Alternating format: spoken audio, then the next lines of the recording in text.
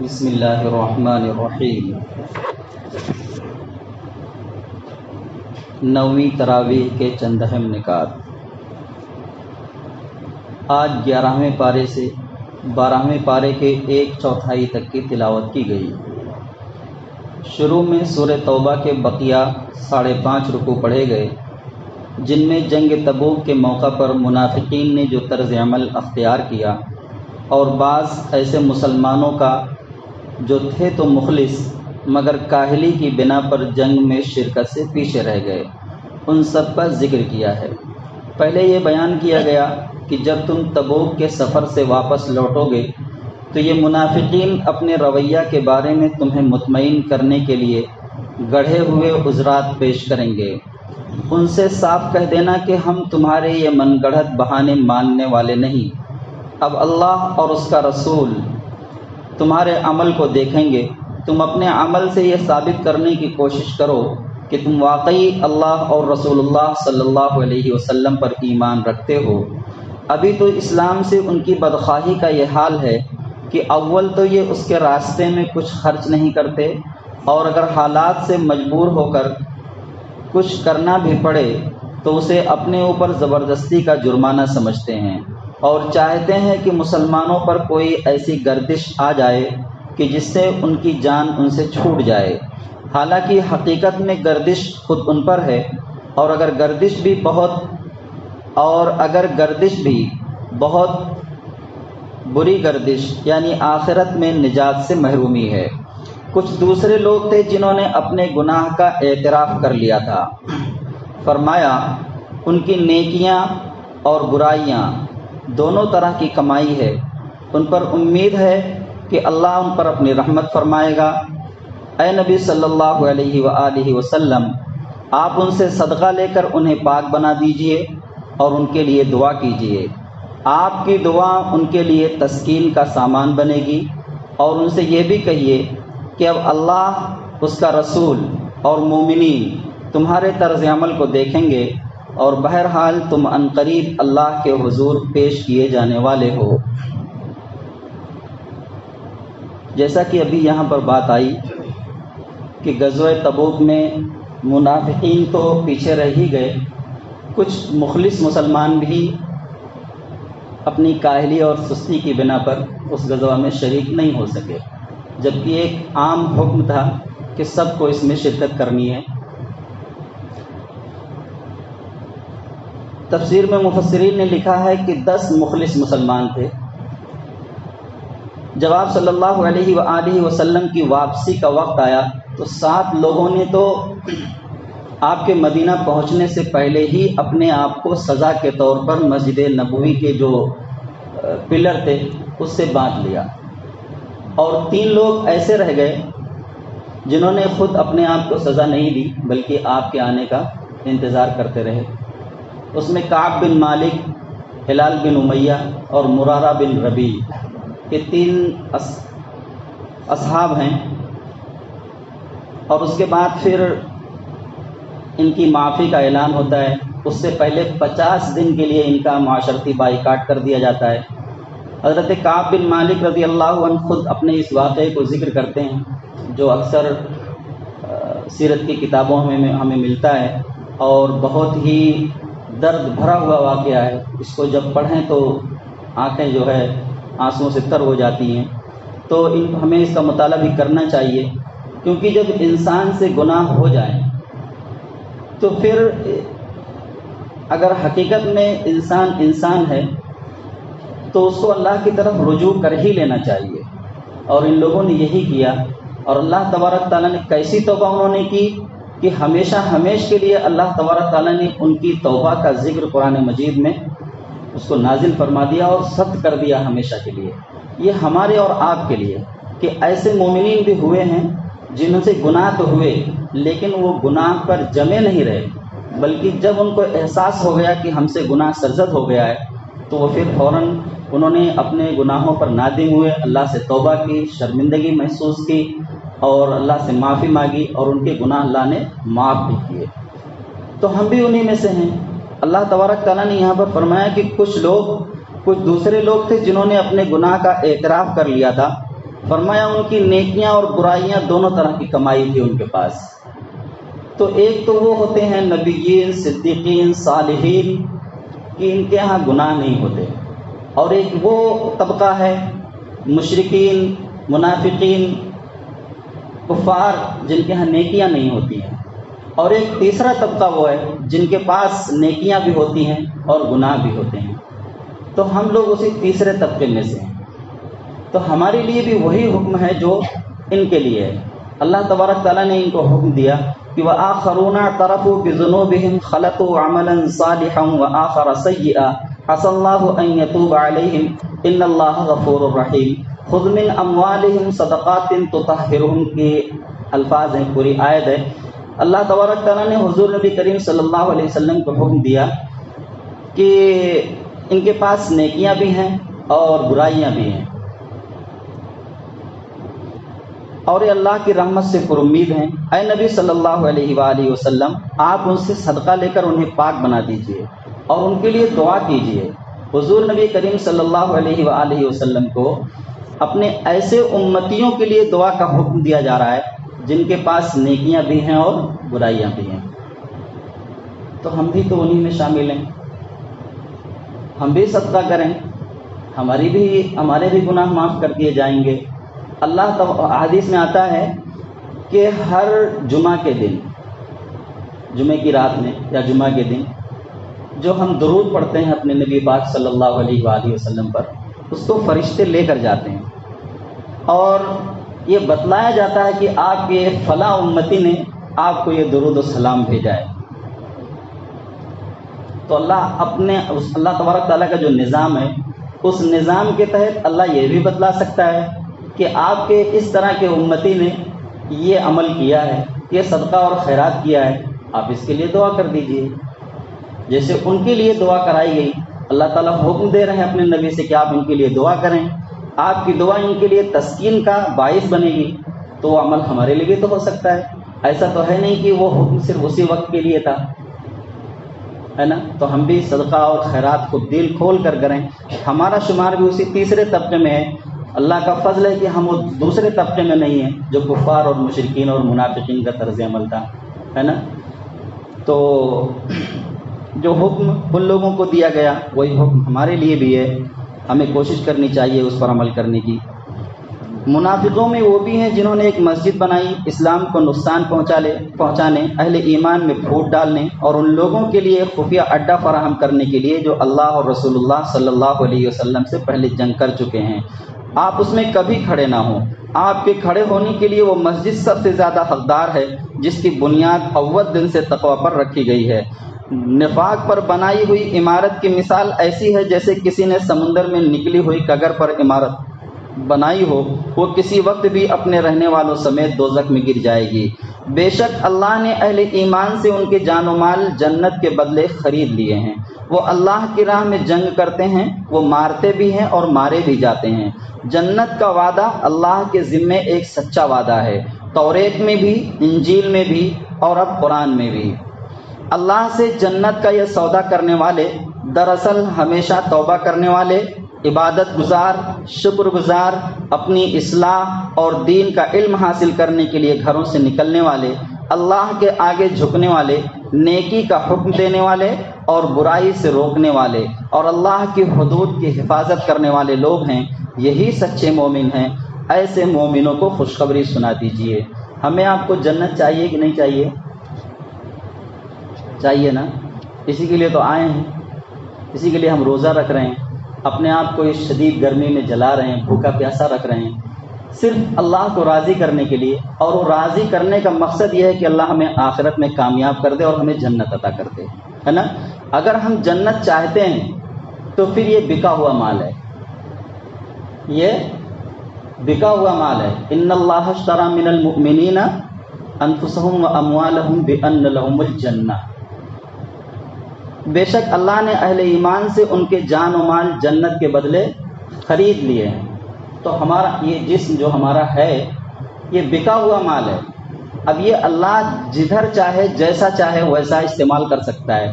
جیسے کوئی خریدار کسی دکان سے کوئی گاڑی یا سائیکل یا کوئی بھی سامان جا کر وہ خرید لے تو پھر اب اس کی مرضی ہو جاتی ہے، وہ جیسا چاہے ویسا استعمال کرے، ہے نا؟ تو ہمارا اب اپنا کوئی اختیار نہیں ہے جسم پر، یہ تو امانت کے طور پر اللہ نے ہمیں دے دیا ہے۔ جیسے خریدا ہوا مال خریدنے والا اس دکاندار کے پاس کہہ دے کہ بھائی اس کو تھوڑی دیر کے لیے اپنے پاس رکھ لو، اختیار نہیں ہے اس کو استعمال کرنے کا، وہ امانت کے طور پر اس کے پاس رکھا ہوا ہے، بکا ہوا مال ہے وہ۔ تو یہ ہمارا جسم، ہماری جان، ہمارا مال، یہ سب اللہ نے جنت کے بدلے خرید لیا ہے، جیسا اس کی مرضی، جیسا وہ حکم دے ویسا آپ اس کو کرنا ہے۔ تو ہمارا کوئی اختیار نہیں ہے، بلکہ اللہ کا جیسا حکم ہے۔ اگر ہم جنت کے طالب ہیں، جنت اگر ہمیں مطلوب ہے، تو پھر اب اس جسم پر ہمارا کوئی اختیار نہیں ہے۔ سورہ ختم کرتے وقت مسلمان اب وہ چاہے اللہ تبارک تعالیٰ ہمیں جنگ میں جانے کا حکم دے، یا اللہ ہمیں مسجد میں جانے کا حکم دے، یا اور کوئی دوسرا حکم دے، ہمیں اس پر عمل کرنا ہی کرنا ہے۔ سورہ ختم کرتے وقت مسلمانوں کو بعض اہم ہدایت دی گئی۔ پہلی ہدایت یہ فرمائی کہ نبی صلی اللہ علیہ وآلہ وسلم اور اہل ایمان کے لیے جائز نہیں کہ وہ مشرکین کے لیے اللہ سے مغفرت کی دعا مانگیں، چاہے وہ ان کے رشتہ دار ہی کیوں نہ ہوں۔ اس ہدایت کا مطلب یہ ہے کہ مسلمانوں کو شرک کے ہر شائبہ سے پاک کر کے صرف اللہ کے لیے جینے اور اللہ کے لیے مرنے کے مقصد پر قائم کر دیا جائے، اور حق کے سوا اور کسی طرح کی حمایت کا شائبہ بھی ان میں باقی نہ رہنے دیا جائے۔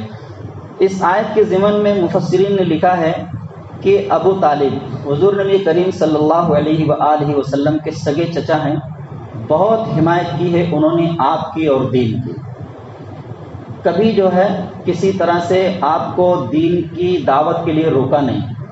حضرت علی رضی اللہ عنہ انہیں کے صاحبزادے ہیں، بچپن میں ہی اسلام قبول کر لیتے ہیں، لیکن وہ اپنے بیٹے کو بھی نہیں روکتے ہیں اور خود اسی مشرکانہ عمل پر قائم رہتے ہیں۔ تو جب ان کا انتقال ہو جاتا ہے، آخر وقت تک آپ صلی اللہ علیہ وسلم کوشش کرتے ہیں کہ یہ اسلام قبول کر لیں، مگر وہ اسلام قبول نہیں کرتے۔ لیکن چونکہ قربانیاں ہوتی ہیں، شیب ابی طالب میں جو 3 سال آپ کا مقاطعہ کیا گیا، اس مقاطعے میں بھی وہ بھتیجے کے ساتھ ہی رہے۔ ایک چچا تو وہ ہے ابو لہب، اور ایک چچا یہ ہے ابو طالب کہ وہ عیش کی زندگی گزار رہا ہے وہیں چند قدم کے فاصلے پر مکہ میں رہ کر، اور یہ وہ پتے اور گھاس کھا کر جیسے مسلمان اپنی زندگی گزار رہے ہیں، وہ بھتیجے کے ساتھ شیب ابی طالب میں اپنی زندگی کاٹ رہے ہیں۔ ان کے لیے کوئی مشکل نہیں تھی، یہ تو تھے مشرک، جا سکتے تھے ان کے ساتھ، لیکن نہیں، ان کا ساتھ نہ دے کر انہوں نے کس کا ساتھ دیا؟ بھتیجے کا ساتھ دیا۔ 1 2 دن 4 دن 5 دن کا معاملہ نہیں تھا، یہ کتنے دن کا تھا؟ 3 سال 3 سال کی زندگی کاٹی ہے مقاطعے کی بھتیجے کے ساتھ۔ تو ایسے چچا کے لیے درد نہیں ہوگا؟ نبی تو جانتا ہے جو آدمی شرک اور کفر میں اس دنیا سے جائے گا اس کا ٹھکانہ جہنم ہے۔ تو درد تو نبی تو ہر امتی کے لیے تڑپتا ہے، لیکن ایک ایسا امتی جو آپ کا ساتھ دے رہا ہو قدم قدم پر، اور پھر اس کے بعد شرک کی حالت میں دنیا سے جا رہا ہے، تو اس کے لیے مزید درد ہوگا۔ بہرحال انتقال کر گئے، اسلام نہیں قبول کیا، اس کے بعد بھی آپ صلی اللہ علیہ وسلم ان کی مغفرت کی دعا کر رہے ہیں۔ اب یہ آیت نازل ہوتی ہے اور آپ کو روک دیا جاتا ہے کہ کسی مشرک کے لیے مغفرت کی دعا نہ کی جائے۔ آگے ابراہیم علیہ السلام کے لیے بھی آیت آ رہی ہے، وہ بھی اپنے باپ کے لیے دعا کرتے تھے، ان کو بھی جو ہے اللہ تبارک تعالیٰ نے منع کیا۔ آگے ان کے بارے میں بھی آیت ہے کہ کسی مشرک اور کافر کے لیے مغفرت کی دعا نہ کی جائے۔ سورہ کیونکہ صرف رشتہ داری اور تعلق کی بنا پر جو حمایت ہوتی ہے اس سے نفاق اور کفر کی راہیں کھلتی ہیں۔ جن مسلمانوں کا سستی اور کاہلی کے سبب جنگ تبوک سے پیچھے رہ جانے پر بائیکاٹ کیا گیا تھا، ان کی توبہ کی قبولیت کی بشارت سنائی گئی، اور اہل مدینہ اور بدوؤں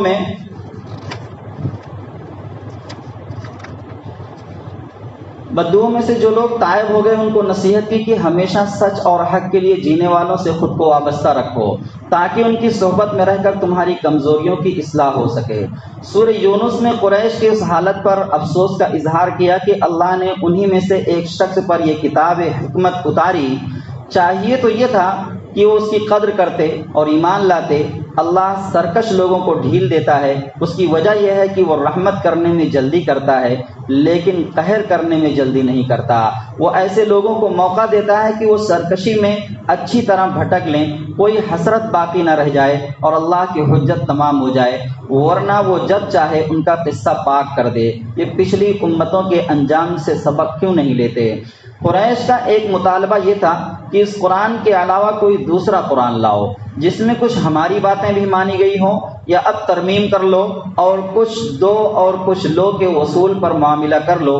اس کا جواب دیا گیا کہ آپ بتا دیجئے کہ مجھے ترمیم یا تبدیلی کا کوئی اختیار نہیں ہے، یہ تو اللہ کے احکام ہے جن کی تعمیل کے لیے میں آیا ہوں، اور اگر اللہ کا حکم نہ ہوتا تو میں ہرگز اسے پیش نہ کرتا۔ نبی صلی اللہ علیہ وآلہ وسلم کو تسلی دی کہ جن کے اندر صلاحیت ہے وہ اس کتاب پر ایمان لا رہے ہیں، رہے وہ لوگ جو اندھے اور بہرے بن چکے ہیں تو یہ خود اپنے اعمال کی بدولت اس حال کو پہنچے ہیں۔ اللہ نے ان کے ساتھ کوئی نا انصافی نہیں کی، جس عذاب اور آخرت کی ان کو دھمکی دی جا رہی ہے اس کے لیے مطالبہ کرتے ہیں کہ وہ جلدی آ کیوں نہیں جاتی، حالانکہ جب وہ آ جائے گی تو محسوس کریں گے کہ ایک گھڑی سے زیادہ ہم نے دنیا میں وقت نہیں گزارا۔ حقیقت یہ ہے کہ ہر امت کے لیے ایک پیمانہ مقرر ہے، جب وہ پیمانہ بھر جائے گا تو اس کو 1 منٹ کی بھی مہلت نہیں ملے گی۔ یہ اگر اتنی جلدی مچائے ہوئے ہیں تو ان سے پوچھو کہ اللہ کے عذاب کا مقابلہ کرنے کے لیے انہوں نے کیا سامان تیار کر رکھا ہے، اس وقت تو ان کا ایمان لانا بھی بیکار ہوگا۔ یہ لوگ آخر اپنی شامت کیوں بلا رہے ہیں؟ اللہ کی اس عظیم نعمت اور رحمت کو کیوں اختیار نہیں کرتے جو قرآن کی شکل میں نازل ہوئی ہے اور جس کے آگے دنیا کے تمام خزانے ہیچ ہیں۔ آیت نمبر 21 میں ہے کہ لوگوں کا حال یہ ہے کہ مصیبت کے بعد جب ہم ان کو رحمت کا مزہ چکھاتے ہیں تو فوراً ہی وہ ہماری نشانیوں کے معاملے میں چال بازیاں شروع کر دیتے ہیں۔ ان سے کہو اللہ اپنی تدبیر میں تم سے زیادہ تیز ہے، اس کے فرشتے تمہاری سب مکاریوں کو لکھ رہے ہیں، وہ اللہ ہی ہے جو تم کو خشکی اور تری میں چلاتا ہے۔ چنانچہ جب تم کشتیوں میں سوار ہو کر باد موافق پر خوشی خوشی سفر کر رہے ہوتے ہو اور پھر یکایک باد مخالف کا زور ہوتا ہے اور ہر طرف سے موجوں کے تھپیڑے آنے لگتے ہیں اور مسافر سمجھ لیتے ہیں کہ طوفان میں گر گئے، اس وقت سب صرف اللہ ہی کو اخلاص کے ساتھ پکارتے ہیں اور دعا کرتے ہیں کہ اگر آپ نے ہمیں نجات دے دی تو ہم آپ کے شکر گزار بندے بنیں گے، مگر جب ہم ان کو بچا لیتے ہیں تو یہ دوبارہ حق سے منحرف ہو کر زمین میں بغاوت کرنے لگتے ہیں۔ لوگو تمہاری یہ بغاوت تمہارے خلاف پڑے گی، دنیا کی زندگی چند روزہ ہے، یہ مزے لوٹ لو، پھر تمہیں ہماری ہی طرف پلٹ کر آنا ہے، اس وقت ہم تمہیں بتا دیں گے کہ تم کیا کچھ کرتے رہے تھے۔ دنیا کی اس زندگی کی مثال ایسی ہے جیسے ہم نے آسمان سے پانی اتارا تو زمین کی پیداوار جو انسان اور جانوروں کی خوراک ہے خوب گھنی ہو گئی، پھر عین اس وقت جبکہ زمین اپنے بہار پر تھی اور کھیتیاں لہلہا رہی تھیں اور ان کے مالک سمجھ رہے تھے کہ ہم اب ان سے فائدہ اٹھانے پر قادر ہیں، یکایک رات کو یا دن کو ہمارا حکم آ گیا اور ہم نے اسے ایسا غارت کر کے رکھ دیا گویا کل وہاں کچھ تھا ہی نہیں۔ اس طرح ہم اپنی نشانیاں کھول کھول کر پیش کرتے ہیں ان لوگوں کے لیے جو غور و فکر کرتے ہیں۔ خدا تمہیں سلامتی والے گھر کی طرف بلاتا ہے اور جسے چاہتا ہے سیدھا راستہ دکھاتا ہے۔ ایسے 2 باغ والوں کا ذکر قرآن مجید میں، ایک تو سورہ کہف کے اندر اور دوسرا سورہ نوح کے اندر یا سورہ قلم کے اندر آئے گا انشاءاللہ۔ ہر وہ شخص جس نے ظلم و شرک کیا ہے اگر روز قیامت روئے زمین کی دولت بھی ہو تو عذاب سے بچنے کے لیے وہ اسے فدیہ میں دینے کے لیے آمادہ ہو جائے گا۔ ہر وہ شخص جس نے ظلم یعنی شرک کیا ہے اگر روز قیامت روئے زمین کی دولت بھی ہو تو عذاب سے بچنے کے لیے وہ اسے فدیہ میں دینے کے لیے آمادہ ہو جائے گا۔ جب یہ لوگ عذاب دیکھیں گے تو دل ہی دل میں پچھتائیں گے، مگر ان کے درمیان پورے انصاف سے فیصلہ کیا جائے گا۔ اور ایک دوسری جگہ پر اللہ تبارک تعالیٰ نے ارشاد فرمایا کہ وہ اپنے بیٹے فدیہ میں دینے کے لیے تیار ہو جائیں گے، یعنی ان کو لے لو، جو سزا وزا دینا ہے ان کو دے لو، ہم کو چھوڑو۔ کیسا منظر ہوگا اندازہ لگائیں۔ دنیا میں انسان اپنی جان جوخم میں ڈال کر اپنی اولاد کو بچانے کی کوشش کرتا ہے۔ اگر کہیں ایسے حالات پیش آ جاتے ہیں اور مثالیں موجود ہیں کہ ماؤں نے اپنی بیٹے کو کسی طرح سے جھٹک کر کنارے کیا اور خود اپنی جان دے دی. لیکن وہاں کا منظر ایسا ہوگا کہ وہاں انسان اپنی اولاد کو فدیہ میں دینے کے لیے تیار ہو جائے گا کہ یہ لو ان کو اور ہماری جان چھوڑو.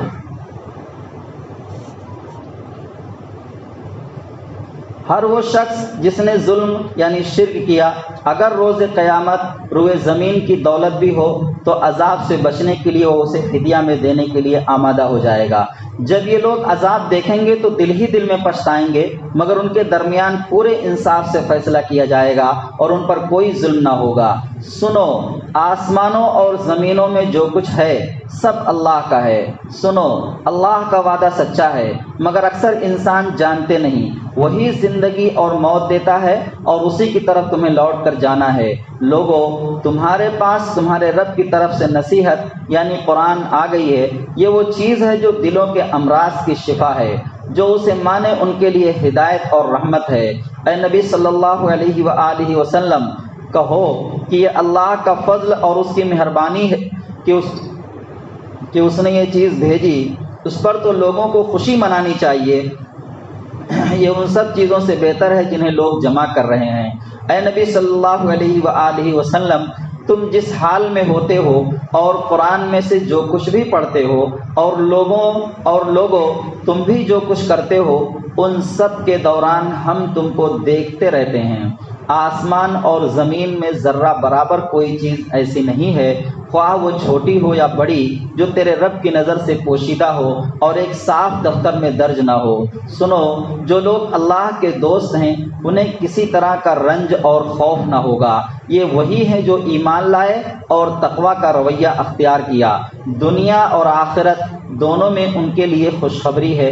اللہ کی باتیں بدل نہیں سکتی، یہی کافی ہے. اور ہم بنی اسرائیل کو سمندر سے گزار لے گئے، پھر فرعون اور اس کے لشکر نے ظلم اور زیادتی کی غرض سے ان کا پیچھا کیا، یہاں تک کہ فرعون جب ڈوبنے لگا تو کہنے لگا، میں ایمان لاتا ہوں بنی اسرائیل کے خدا پر جس کے سوا کوئی حقیقی خدا نہیں، اور میں مسلمان ہوتا ہوں. جواب دیا گیا، اب ایمان لاتا ہے، حالانکہ اس سے پہلے تک تو نافرمانی کرتا رہا اور فسادیوں میں سے تھا. اب تو ہم تیری لاش کو بچا کر رکھیں گے تاکہ بعد کی نسلوں کے لیے تو عبرت ہو، حالانکہ بہت سے انسان ہیں جو ہماری نشانیوں سے غفلت کرتے ہیں.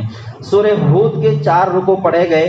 ان میں پہلے بطور تمہید قرآن کی یہ خصوصیت بیان کی گئی کہ لوگوں کی تعلیم و تربیت کے لیے اللہ تعالیٰ نے اس کو اس شکل میں اتارا ہے. پہلے صرف اصول اور بنیادی باتیں جچے تلے انداز میں بیان کی گئیں، یعنی ابتدائی مکمل صورتیں، پھر بتدریج تفصیلات بیان ہوئی. تمہیدی جملوں کے بعد نبی کریم صلی اللہ علیہ وآلہ وسلم کی زبان مبارک سے اس پیغام کی وضاحت کی گئی کہ یہ اللہ واحد کی بندگی اور توبہ و استغفار کی دعوت ہے، اور میں اللہ کی طرف سے بشیر و نذیر بنا کر بھیجا گیا ہوں کہ جو لوگ استغفار کر کے اللہ واحد کی طرف رجوع کر لیں گے، اللہ ایک مقررہ مدت تک ان کو زندگی کی نعمتوں اور اپنے فضل سے مالا مال کرے گا، اور جو لوگ اس سے منہ موڑیں گے ان کے لیے ایک بڑے عذاب کا دن سامنے ہے، دنیا میں بھی اور آخرت میں بھی. دنیا میں عذاب سے مراد اسلام کے مقابلے میں شکست کی پیشگوئی ہے، جزا اور سزا کے منکرین کو اور عذاب کا مذاق اڑانے والوں کو تنبیہ کی کہ یہ دنیا بچوں کا کھیل نہیں ہے.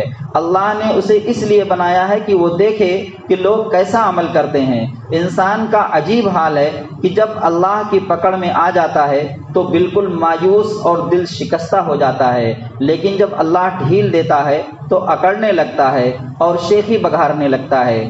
تھوڑے لوگ ہی ایسے نکلتے ہیں جو مصیبت میں صبر کی اور نعمت میں شکر کی روش اختیار کرتے ہیں. ایسے ہی لوگوں کے لیے اللہ کے ہاں مغفرت اور اجر عظیم ہے. بتایا گیا کہ ایمان کی توفیق صرف ان لوگوں کو ملے گی جن کی فطرت مسخ نہیں ہوئی. وہ قرآن کو اپنے دل کی آواز سمجھیں گے. رہے وہ لوگ جن کی فطرت کا نور بجھ گیا ہے تو وہ آخرت کو دیکھ کر ہی قائل ہوں گے. ان دونوں گروہوں کی مثال ایسی ہے جیسے ایک گروہ اندھوں اور بہروں کا ہو اور دوسرا گروہ آنکھیں اور کان رکھنے والوں کا. کیا یہ دونوں برابر ہو سکتے ہیں؟ حضرت نوح علیہ السلام اور ان کی قوم کی سرگزشت سنائی، جس میں محمد صلی اللہ علیہ وآلہ وسلم کو دکھایا گیا کہ نوح علیہ السلام کو بھی آپ ہی کی طرح ان کی قوم کی طرف بھیجا گیا تھا، اور ان کی قوم نے بھی وہی کیا تھا جو آپ کی قوم آپ کے ساتھ کر رہی ہے۔ بالآخر ان پر اللہ کا عذاب آیا اور وہ سب طوفان میں غرق کر دیے گئے۔ اگر یہ لوگ باز نہ آئے تو ان کا انجام بھی انہی جیسا ہوگا۔ آپ نہ گھبرائیں اللہ کو اور آپ کے ساتھیوں کو آپ نہ گھبرائیں، اللہ آپ کو اور آپ کے ساتھیوں کو سرخرو کرے گا۔ شرط یہی ہے کہ ساری مخالفتوں کے باوجود سیدھے راستے پر جمے رہیں۔ حضرت نوح علیہ السلام کتنے زمانے تک، یعنی 950 برس تک صبر کرتے رہے۔ 9ویں تراویح کا بیان ختم ہوا۔ اللہ تعالی ہم سب کو قرآن پڑھنے، اس کو سمجھنے اور اس پر عمل کرنے کی توفیق عطا فرمائے۔ اللہ اس کی برکتوں سے ہمارے ملک اور ہمارے شہر اور عالم اسلام کے حالات کو تبدیل فرمائے۔ ربنا تقبل منا انك انت السميع العليم وتب علينا انك انت التواب الرحيم۔